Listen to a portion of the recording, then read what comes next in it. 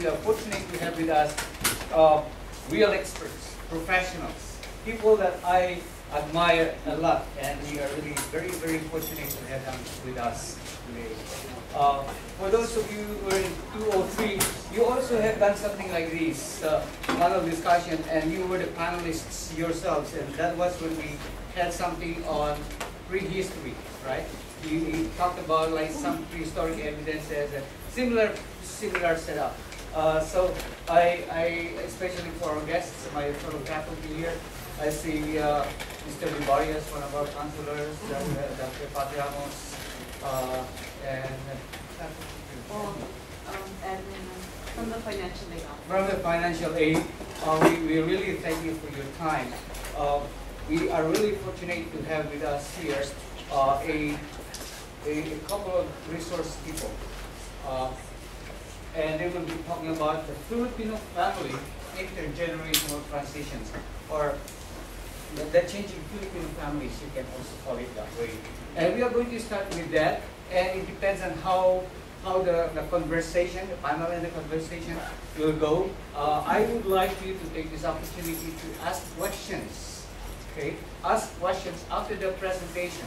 If you think there's like a question you'd like to ask, please take note of it, and then we'll go with the presentations first, and then we can come in with the questions afterwards. First, I would like to introduce to you Dr. Belinda Aquino. Many of you know her. She is now Professor Emeritus of Political Science and Asian Studies at the University of Hawaii at Manoa.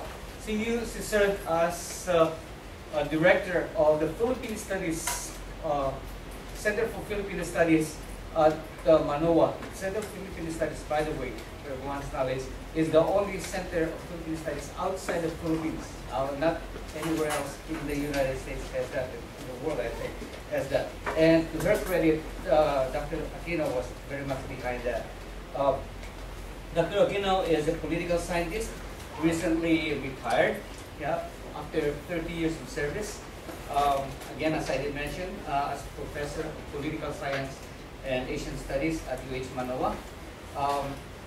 She served in various international institutions in various capacities as visiting professor, visiting scholar, visiting lecturer at the Institute of Southeast Asian Studies in Singapore, in Kansai University, in Osaka, Japan, Tokyo University of Foreign Studies, the University of the Philippines, and Thammasat University in Bangkok, and 4 universities in Indonesia. I was still at UP when she was our Vice President for Public Affairs. I was still a student, and she was our Vice President already. Okay? And of course, our other actually visiting lecturer and presenter. She just made a presentation yesterday at the University of Hawaii at Manoa. A fellow UP grads. We are so proud to kind of recognize that. Dr. Virginia Miralau, and Dr. Miralau is a sociologist by training. Is currently a Fulbright visiting fellow at the Columbia University. Was the longtime executive director of the Philippine Social Sciences Council, and was recently been appointed not too long ago. Not only maybe how long was that? In January, she was appointed by the current president of the Philippines, of the Republic of the Philippines, President Benigno Aquino III, as Secretary General of UNESCO Philippines. She taught sociology at the University of the Philippines in Diliman and Ateneo de Manila University, a Jesuit institution in the Philippines. Both Dr. Miralau and Dr. Aquino are obtained their Doctor of Philosophy degrees at Cornell University. Without taking much more of their time, I would like to give you Dr. Miralau and Dr. Aquino. Dr. Aquino is going to speak first. Thank you, Raymond. Naimbag nga kay amin magpalasan natin magparo. Good afternoon. Thank you.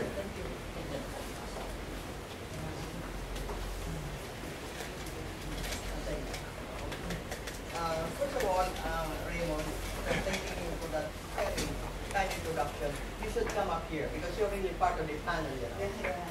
The panel has a moderator, a chair, an organizer, etc. Go ahead, Chris. We had one, but we Yeah. started to realize that, and we are happy about it. You know, Yeah. it's one good, And more nice than that, program. since most of you, all of you, actually are the younger generation, in terms of the topic, this is intergenerational. Okay? I am sort of the oldest matriarch, talking about the family before the war and just after the war, and this is my adding, you know, my little sister that I never had. Jean, who is really my best friend, in spite of the fact that she's a very different generation from mine. And of course, Raymond is the Benjamin, okay, of the group. And we have known each other for a long time. These are lifetime friendships that we have had. And I'm delighted to be here and yes, to meet all of you. You know, I mean, it's not often that we, in the circles we attend, meet young people like you. We attend conferences and we mostly deal with our peers, you know, but it's so refreshing to come here, especially in a place called the Gathering Place, the Iron. You know about that pretty soon if you ask us about that thing. Gathering Place is also Oahu, right? Oahu means the Gathering Place. So, and I didn't know that something like this existed here, and I really give it to Raymond for, you might say, contextualizing Philippine studies in terms of what knowledge is, sulong aral, which is very, very dynamic way of perpetuating Philippine studies. And you might be wondering what the term Philippine studies. We have Philippine studies in Manoa, Philippine studies here, which we had in organizing years ago when you were still in grade school maybe, or not even born yet. All right. Having said that, we will organize this discussion today in a somewhat participative fashion, okay, in the nature of a dialogue, of a conversation. I did not come prepared with a lecture, but we can discuss certain elements of the topic today about the Filipino family that will kind of evoke maybe certain insights from you that we can learn from. Because, as you know, any institution changes over time. And there are institutions that happened a long time ago, and maybe after 50, 100 years, they're no longer the same. Okay? The beauty with our topic today, the Filipino family, is that it's universal, it's timeless. Its essence is continuity. And in the case of Philippine studies, you know, it's really the springboard from which to discuss many issues in society. Because as you know, the family is the pillar of any society. Ancient, medieval, modern, and future societies. I cannot conceive of a time in the past or in the present or in the future that doesn't have a family of some sort, okay? Whether it's reconfigured from time to time, the concept is there. So it's the basic institution in any society. It's good to know the antecedents, precedents of how families form in most societies in the Philippines, and we are here to give you that kind of insight, because after all, you know, you have a past, your parents, your grandparents, we probably remind you of them. You know, you're old enough to be my grandchildren and my children. So we want, however, to relate to you in not a hierarchical fashion, but as friends and equals. And So feel free to jump in the discussion, tell us what is of concern to you, because this is what human relations are all about. I grew up in a context that's so different from now, okay? Having been born before World War II and growing up post World War II, that was a very different time. When society was relatively simpler than it is today. Okay, and as I said, King came after the what's so-called liberation of the Philippines, which is when MacArthur, you don't know him anymore, but your parents do, your grandparents, and so I had students like you in the Philippines when I first taught. This was like in the 60s, and their names were very American. One of them said his name was Douglas MacArthur Orendai or something. I said, what? And when were you born? And that kind of thing. And he said 1944. When MacArthur landed in later, the generation of your fathers and grandfathers. So we have gradually evolved into a country that has undergone three basic colonial experiences. 300 years under the Spanish,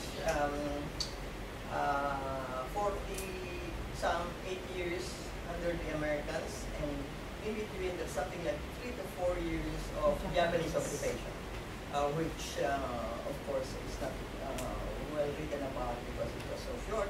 But on top of that, we had an underlay of what you might call the ancient indigenous Filipino culture. Of course, there was no Philippines then in the sense that we know today, because we were all split up in barangays, in islands, 7,000 islands and so on. That explains the nature of Philippine society, which has carried over to Hawaii. We have Ilocanos, the predominant group. We have Visayans. Professor Ramos is from the Visayas, is the central part of the country. Most of us come from the Ilocanos, and so we have that kind of you might say background, but that's not to say that there is no Philippines, because there is, out of this diversity, 171 languages, would you believe? Maybe 150 depending on who's counting. There's always this kind of controversy. So on and so on and so forth. So I bring to you the message that my socialization was quite strict and authoritarian, because my father was a believer in discipline. My mother followed pretty much what he wanted.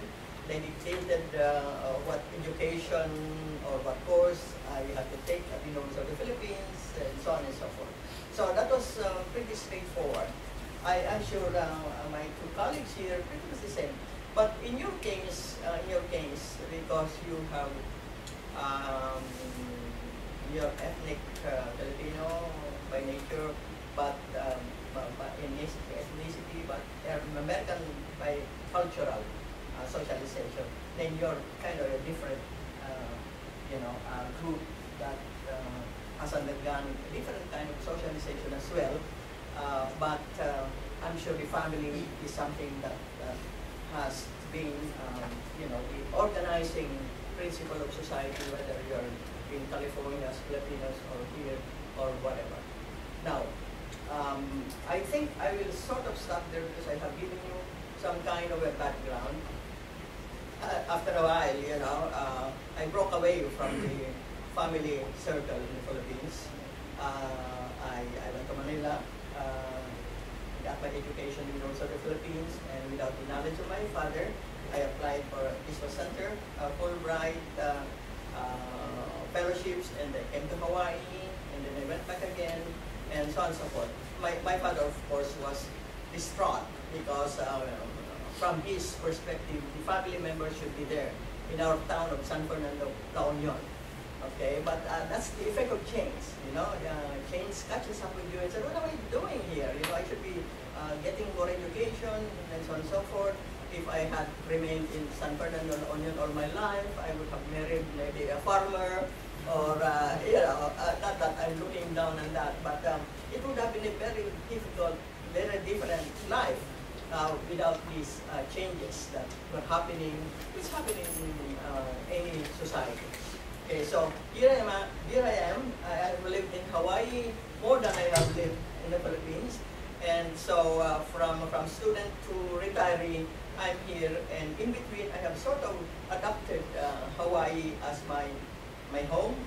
But given where I'm coming from, I have this outside-inside kind of mechanism in which I've survived in Hawaii. For the most part, I'm really an outsider because I wasn't born here. I wasn't educated here except for some time at the Cultural Center. But I have lived long enough to know that there are some inside things that also I feel comfortable with. You see what I mean?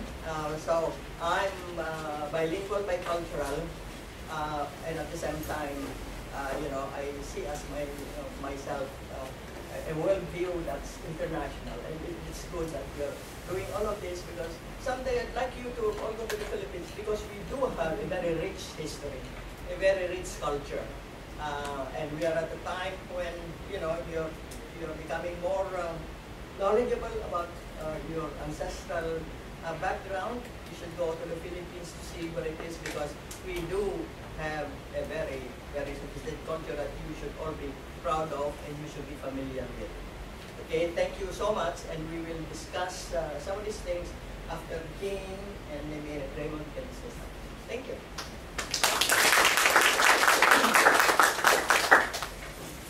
Okay, good afternoon. I'm very happy to join you here. It's my first time actually to speak with a group of from a community college. I have been asked to speak in brown bag seminars in the universities where the audience is much older. So it's nice to be here, you know, and see very young faces, you know, and as Tim says, we're like almost like 2-3 generations, I think. So let me just mention that I am a sociologist, so what I want to do is just speak very briefly about how sociology looks at the family as a social institution anywhere, you know, and at any point in time.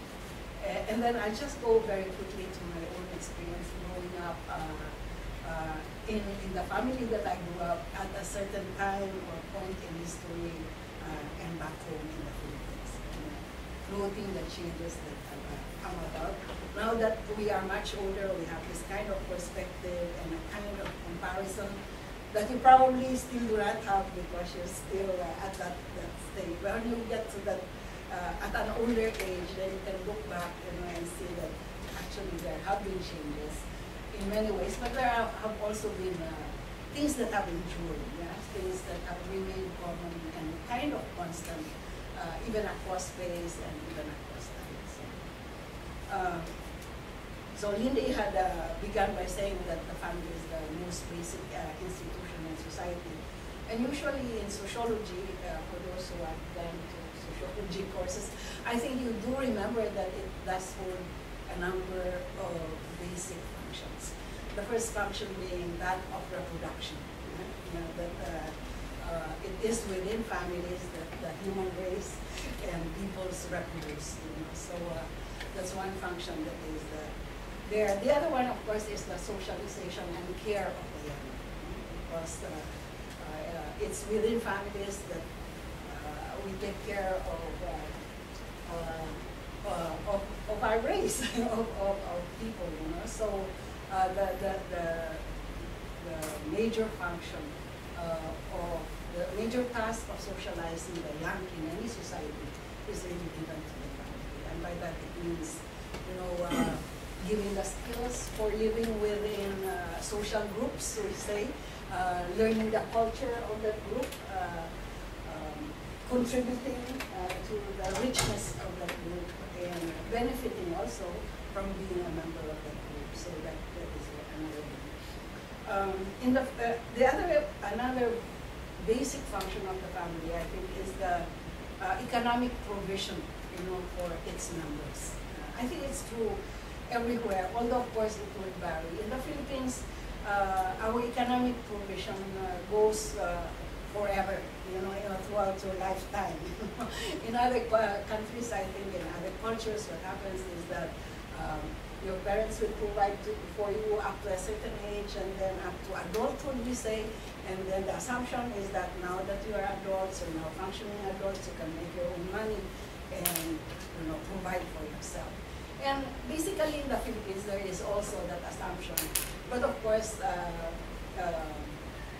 we do not all mature as adults, right, and become gainfully employed and so on and so forth. So the family continues to be an economic provider. Maybe that part is kind of what we call this, emphasized a little bit more, in Philippine culture than maybe in other cultures. And then one other function of the family, which I think is very important in terms of relationships, is that the family is our prime source of social and emotional support. So it's like what in sociology they call the primary group, and humans cannot live without these primary relationships of caring and love and affection, and giving you a sense of belonging. That group is your family. You feel at home in the, it gives you that that feeling that you belong to that group. It is your first line of defense, and your first line also of offense. I mean, if you get into trouble, you get into problems, you run to your family. That's the idea. And if there's it's a source of support for the individual. So, okay. So having said that, just as a background of why the family seems to be important, it's because it meets many human needs, very basic needs in humanity. So that regardless of, as Lily said, in earlier times or into the future or at present, there is a place for family and family relationships. Okay. So let me now just shift quickly to my own experience as growing in a particular family and being a member of a particular family. And I am saying this, as a 66-year-old grandmother of two, and as somebody who, for the most part, is really based in the Philippines. I mean, I come here and I go to other places, but unlike Lindy here and unlike Raymond, I am really from the Philippines. So I grew up there. Maybe I'm bringing a perspective of somebody who is more from the country, than being in another place. Okay. So I was born, as Lily says, right after the liberation of Manila in 1945. And I come from a small family, atypical. I think there are all these stereotypes, right? That Filipino families are big, huge, so many of them. I think maybe there are, when you talk of averages, maybe that is the case. But I think regardless of whatever time we are talking about, there are variations among and between families, right? And so I'm sure there is some peculiarity in Lily's own and Raymond's and in fact in your own experience. But let me just say that when my mother, there are only two of us, an older brother and myself, and but I had, even as I come from a small family, nuclear family, I actually grew up in an extended family. In the Philippines, even if you are an only child, it does not mean that you don't have the relationship of extended family. I think the experience of being an only child in the Philippines and an only child in other places might contrast in that sense. Because the relationships in the Philippines are not just in terms of residence or numbers. We might be living apart, not sharing the same roof and so on, but the relationships are not. So let me just say that while my mother had only 2 children, when her generation were having like, I don't know, 7 children, or 8 children, 8 for her, and you're right. Or just 3 also. So you see, there is a range of different family sizes. But what I also want to point out is that in terms of family size, if my mother's generation, our mother's generation, we're typically having 7 or 8 children. Today, they're more typically having just about 3 children. So it's not also a case maybe you hear this thing of the Filipino family as being so, they keep boosting, having so population explosion. It's not, it has come down. So that on average, Filipino family now, we probably have 3 to 4 children at the most. You rarely do encounter now Filipino families having 7 or 8 children. And that's like in the span of what? A generation and a half. I'm sure that after another half generation, Filipino families like other places in the world will probably just have 2 children or maybe less children. Because now Filipinos also are getting married. My mother was also atypical in the sense that she married when she was past 30. At that age, her generation, maybe they got married when they were 18, or 16, So in that sense, it was atypical. And, I have begun to think, why was my mother atypical in that sense? And, my mother comes from a family that was also huge, from Ilocos Norte in the north, in Solsona. Maybe some of your own parentage are also from the north. And she was the first one to get out of her village to go to school. And she wanted to go to school. So she was the first one who became college educated. All her siblings and stayed in the farm, in the village, and didn't really like to go to school. And I don't know whether because at that time it was the American period, right? And the Americans brought universal education, put this emphasis on education. So I think for the longest time, education was seen as the vehicle for social mobility in the Philippines. So they put so much emphasis on educating their children because it's through education that they will get out of the village, and have So the reason why I mentioned that I grew up in an extended family is mainly because my mother left the village, settled in Baguio City. Another one, Raymond can probably tell you more about Baguio because he had also spent time there. But Baguio was like the summer capital of the Philippines that was instituted by the American colonial government. So it became like the center of the Cordilleras, that's what we call the mountain provinces at that time, the region at that time, and it became the center for education. And the Americans, I think, when they were establishing the colonial government, put so much emphasis on education as a requirement to become a civil servant within the American colonial government. So that probably stuck with my mother, who became a rural health nurse. She went to the UP to study nursing. After graduation, she became a rural health nurse. We worked for the Department of Health in Baguio, in the mountain province. And because the Baguio also had so many universities and many colleges, it became an educational center.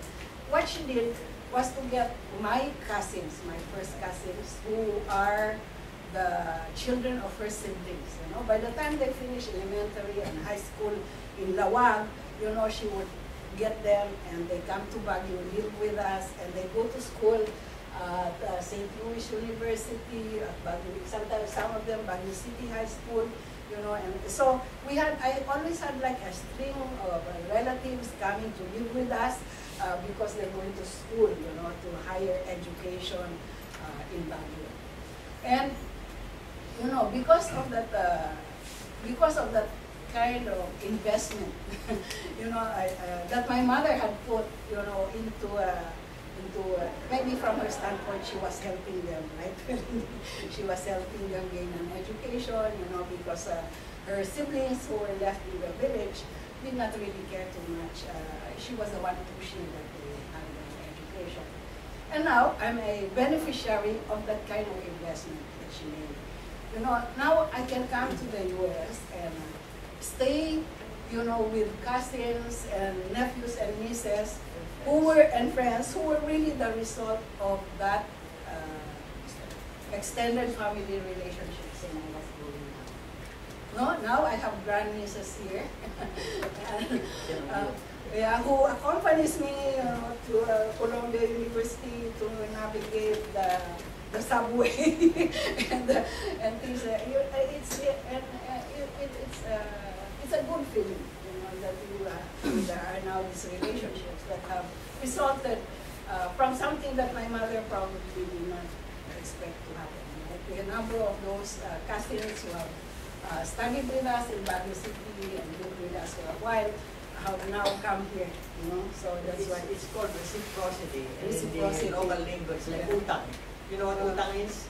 Utang is what you owe somebody in terms of money, but utang na loob is like a debt of gratitude that keeps driving this sense of reciprocity.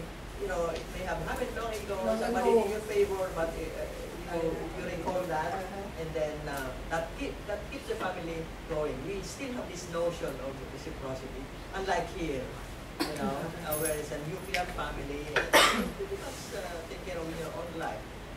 If you're a hungry relative, well, you cannot be supported by a brother or a thing.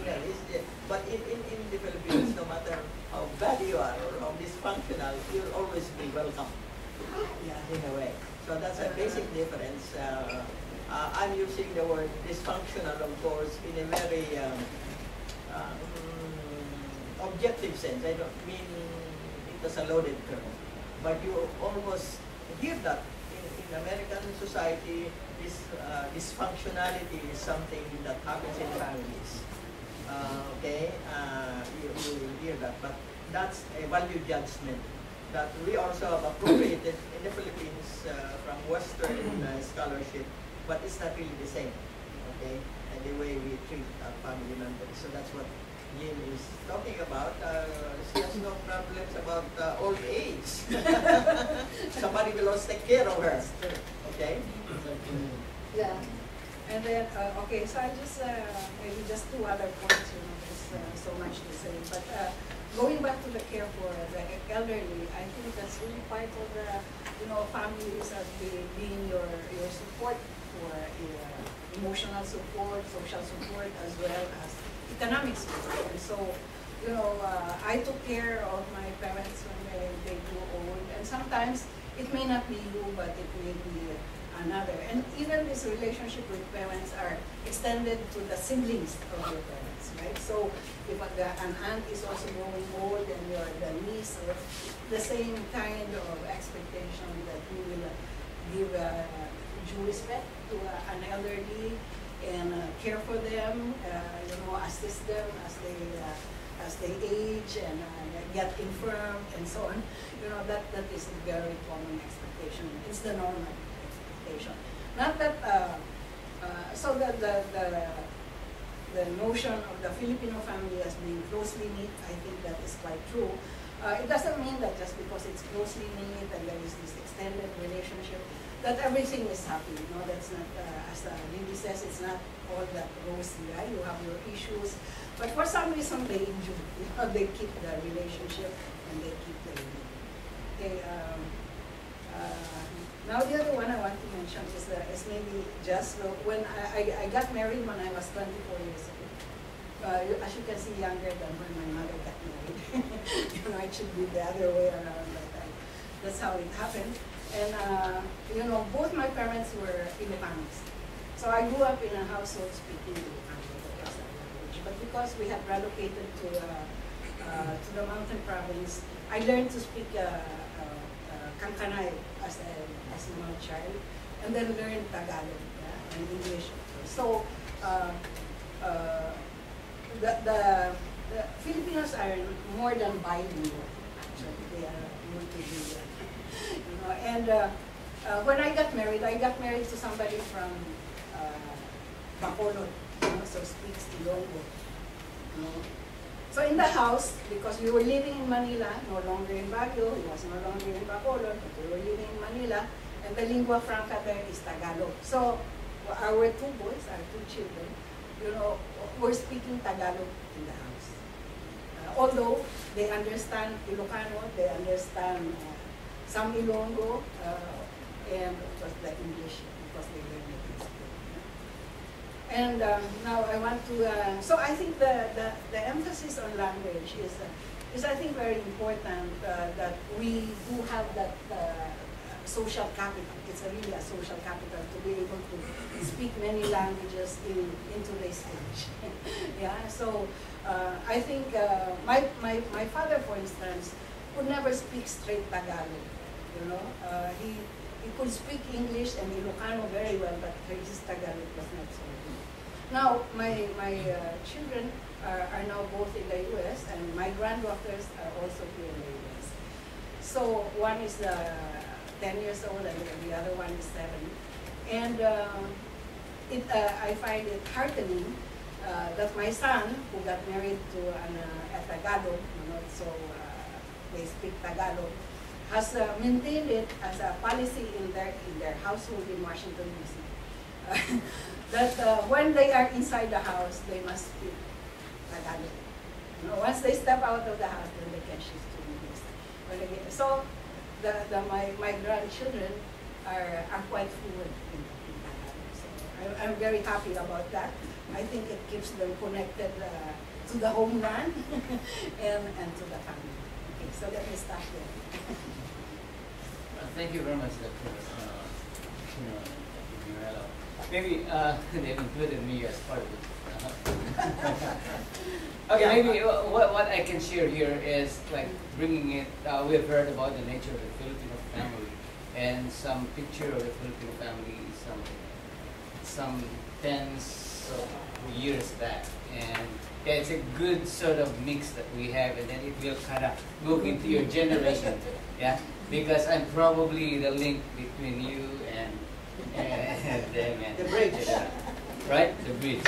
But the other dimension that I would like to bring in here is, and I will do a little bit from my experience, is the changing nature of the family, the Filipino family. You know, I happen to have been raised in a what we call single parent family. Just my mom raising us, 3 kids. I was the oldest. And during my time, that was something abnormal, right? They would describe me as having come from what they call a broken home, yeah? Because I didn't have a father, only my mother. And then, of course, I had my mother, very strong-willed. She was the one who decided that we go back to Ilocos. I was born in Manila, and said, no, we go back to Ilocos. And then I had a very strong-willed grandmother. Authority figures very strong, even women. And especially women, and I'll comment further on that. And very strong-willed, and there is the authoritative, if not authoritarian nature in the family as well. In terms of prescription, and some of you probably are going through that, prescription of your career, you know, direction. So my grandmother told me, oh, you are the oldest in the family. Therefore, you are going to become a priest. So, in grade school, as early as I remember, as early as 2nd grade, I became a sacristan, an altar boy, serving the church, right? Catholic church. So I finished grade school, and I said, you are going to become a priest, and you are going to become a father. And so they practically kind of forced me to get into the seminary. So I got into the minor seminary. Of course, I didn't like to become a priest because I wanted to become a father.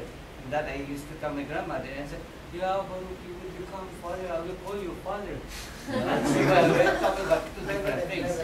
A reverend, but you know, we call priests their father, right? But I wanted to be literally become a father because I wanted to kind of, yeah, I knew there's something in me that I was missing. And at that time, it was really so different. This is something, interestingly, especially in this community, in the American community, becoming, fortunately, unfortunately, I'm not going to comment on that, becoming a norm, right? Becoming a norm. During my time, it was like an abnormal family situation, right? Also very interestingly, we talk about Filipino families as like male-dominated family. It is not also always the case, as I have shared you. And I continue to see that. Right now, I am a father, a family man of my own. We have the real chief, commander-in-chief in the family. That's my wife. I have to acknowledge that. And then I got my kids who are on both sides. They happen to be women, and so there is a strong really woman influence there. And of course, I was also fortunate to have lived and raised, I have been raised in what we call an extended family, grandparents, aunties, and with different and varying degrees of support. Yeah? So I am going to add there, and hopefully you are going to kind of bring in some other dimensions of this discussion. We still have 30 minutes to go, which is really very good, and we'd like to reserve that time for some kind of a dialogue. So we are going to shift a little bit from a little bit semi-formal presentation to this time now a two-way kind of traffic of conversation. Yeah, because we can learn from you. Yeah. Because as we said, families changing all the time. So what are your thoughts? What are your concerns? Many of you are in families that we have described. Large or small. I have friends in Cali, and I have hang out there, and there will be about like 17, 18 people in one household. You know? Which is not unique to Filipinos. I think the Samoans, Pacific Islanders also do that. But it's just amazing how it's a microcosm of Philippine society, And these people are not related. They are related. When a nephew comes from the Philippines, he stays with this family, and then he goes home to the Philippines to marry somebody, and then brings over the wife, and then they petition their mothers and their fathers. So it's just a chain kind of what do you call it? A chain migration kind of thing.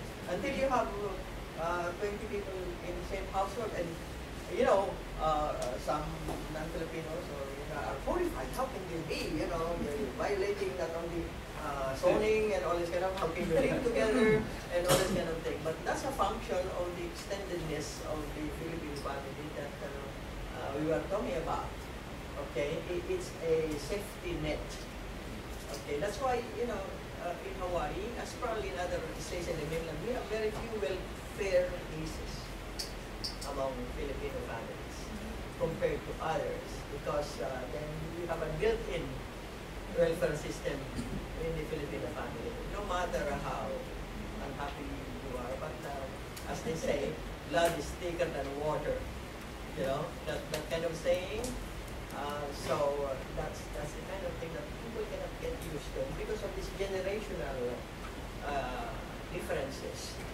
There always be clashes in terms of values. Okay, like I'm sure when you first dated,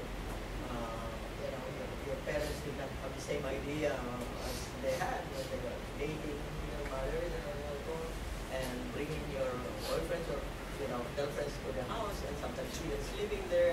Those are the kinds I think that trigger some kind of tension among families of whatever sort, especially because our elders in the Filipino community were